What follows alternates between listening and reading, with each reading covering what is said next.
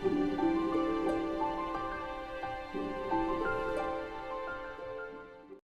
je parle trop vite, vous n'hésitez pas à le dire. J'ai tendance à m'emballer quand je parle. Okay, voilà, je préfère prévenir. Bonjour à tous et bienvenue au château de Versailles pour cette session de Entrée dans la danse où ma partenaire Julie et moi-même, Ewan, allons vous interpréter une nouvelle création de danse baroque. Avant toute chose, on va faire un petit jeu entre vous et nous. À main levée, qui connaît la danse baroque et qui sait ce que c'est? Alors on a eu une main assez rapide ici, on a une là, on en a par là. D'accord, alors, des petits mots, des idées, des prénoms, des dates, ce que vous voulez. Petit brainstorming, histoire de faire un petit pot pourri de ce qu'est la danse baroque. Lily. 17e et 18e, Rameau. c'est ça que j'ai entendu? Oui, ok. Il y a eu Lully. Il y a eu Lully, oui. Rameau. Rameau, je ne sais pas qui l'a dit, mais oui, ça venait par là, je crois. Louis XIV, oui, tout à fait. Ok. Ok. D'autres choses? Ok. Bon, J'ai entendu un truc, mais je n'ai pas compris. Non, ok. D'autres idées, d'autres choses L'ancêtre de la danse classique. Oui, ancêtre, prélude de la danse classique, oui, ok. Je trouve que c'est déjà pas mal. Hein. On est plutôt bien, on est plutôt bien. On est dans la bonne direction. Bon, non, vraiment, on est dans la bonne direction, c'est bien. Alors du coup, la danse baroque, danse sous Louis XIV, installation du règne de Louis XIV, histoire de renforcer sa position en tant que roi, d'instaurer une nouvelle danse, un nouvel art, et surtout, c'était aussi une façon de montrer son engagement politique, de faire rayonner Versailles à travers le monde. La danse baroque est une danse qu'on retrouve à la cour. Je pense que vous vous en doutez, mais on ne retrouve pas ça que à la cour. Il est reçu. On retrouve ça aussi à la campagne. On dansait, tout le monde dansait à l'époque en fonction de son rang social. On avait accès à certains types de danse un peu plus complexes que d'autres. On retrouvait ça donc à la cour pendant les balles, pendant les festivités, et on retrouvait ça aussi au théâtre, forcément. Les rôles d'Arlequin, Polichinelle, Colombine, tout ça, avaient des parties dansées avec une corporalité bien distincte pour chaque personnage. Les masques aussi, voilà, les personnages de la comédie dell'arte. On retrouve aussi tout ce qui est des solos solos pour hommes, comme l'entrée d'Apollon. Voilà, en théâtre où le danseur interprète Apollon, qui a toute une grande tirade dansée de 5 à 8 minutes, il me semble, quelque part par là, où ça danse non-stop.